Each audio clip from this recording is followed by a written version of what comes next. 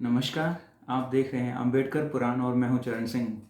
आज हम बात करते हैं गांधी जी और स्वामी जी की एक बार फिर से, जिसमें स्वामी जी की एक नाराज़गी जाहिर होती है गांधी जी के बारे में।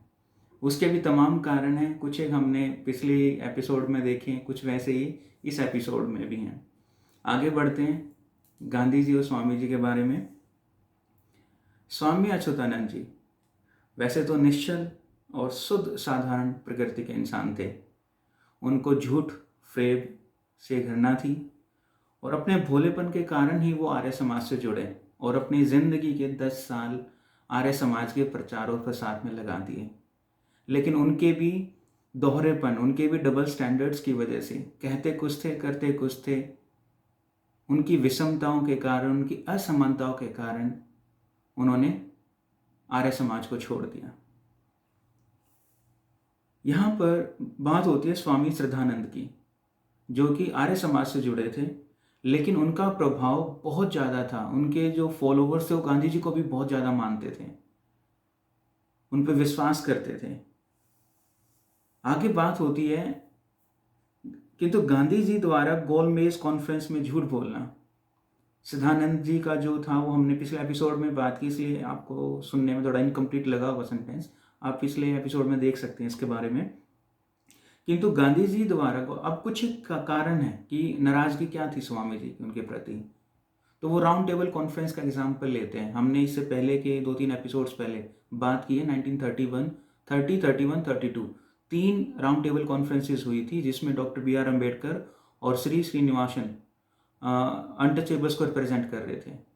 और कांग्रेसी और गांधीयों ने पहली आरटीसी का बहिष्कार किया था और वो ये कहते थे कि Congress is the sole representative of untouchables throughout India, जैसा जो कि सच नहीं था।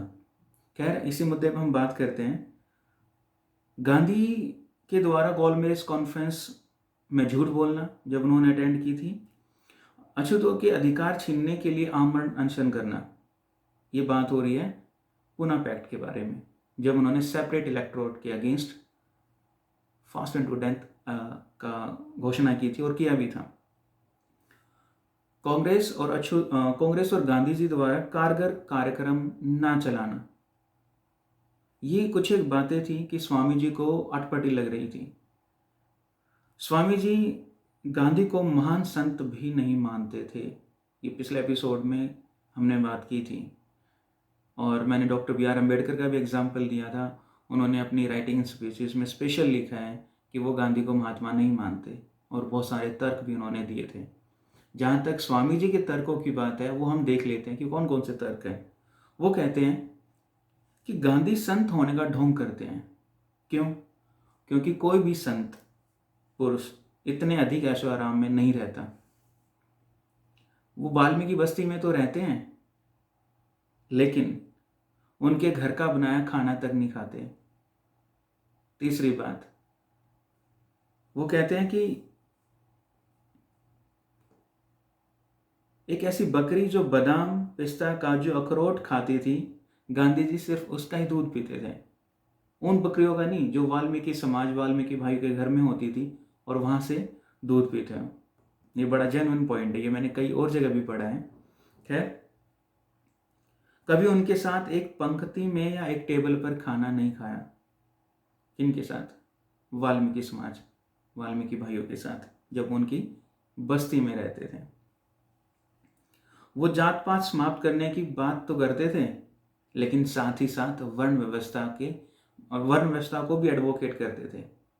मतलब वो कहते थे ये स्वीकृत है, वो इस चीज़ को मानते थे कि भगवान ने बनाई है और ये फैक्ट है। यू कैन क्रॉस चेक कि गांधी जी जात पात तोड़ की तो बात करते थे, लेकिन साथ ही साथ वर्ण व्यवस्था के वो घोर मानने वाले थे।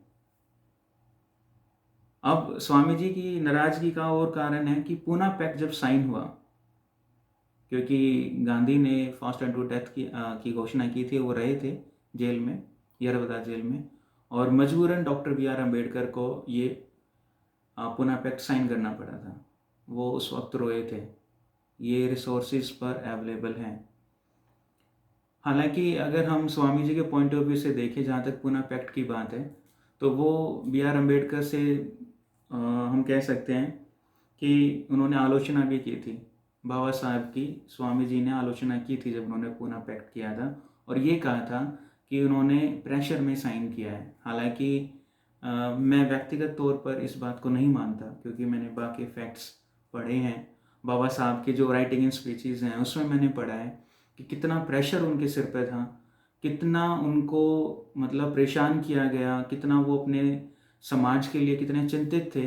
हालांकि मैं खुद को अभी इस वक्त I am not finding myself suitable to explain this thing, but मैंने पढ़ा है कि खुद बाबा साहब बहुत ज़्यादा परेशान थे और वो रोए थे।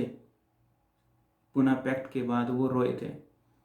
तो स्वामी जी की नाराज़गी एक तरफ है, उनकी आलोचना करना एक तरफ है, लेकिन जो सच्चाई है वो कुछ और थी पूना पैक्ट के पीछे, जिसकी वजह से बाबा साहब रो रहे थे। ये कुछ एक कारण है स्वामी अच्युतानंद जी की नाराज़गी गांधी के बारे में। और दूसरा क्या था कि पूना पैक्ट जैसे ही साइन हुआ तो कांग्रेस ने क्या किया, रिजर्व सीट से अपने ही बंदे जो कांग्रेसी थे उनको खड़ा किया और इलेक्शन लड़वाया, और उसके लोग जीत भी गए। अगर हम यहाँ पर एक एग्जाम्पल कोट करते हैं मान्यवर काशीराम जी का, उन्होंने एक बुक लिखी थी चमचा युग। और चमचा युग कब से स्टार्ट हुआ? उन्होंने कहा कि जब से पूना पैक्ट साइन हुआ 1932 में, तब से वो कहते हैं कि चमचा युग स्टार्ट हो गया है। और वो चमचा जो था वो दलित समाज के जो एमपी थे, या उस वे इलेक्शन तो लड़ेंगे रिजर्व सीट से, बट बंदे या मतलब जो काम करेंगे वो होंगे उन पार्टीज के जिन्होंने दलित समाज के लिए कुछ नहीं किया। तो एक बस वो जो पॉलिटिकल पार्टी कहेगी वही करेंगे। तो मान्यवर काशीराम जी उनको चमचा कहते थे।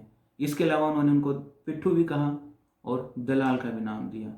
ये सारी इन्फॉर्मेशन उन्होंने एक बुक पब्लिश की थी चमचा बुक, उसमें आप पढ़ सकते हैं अगर आपको इसके बारे में कुछ इन्फॉर्मेशन चाहिए।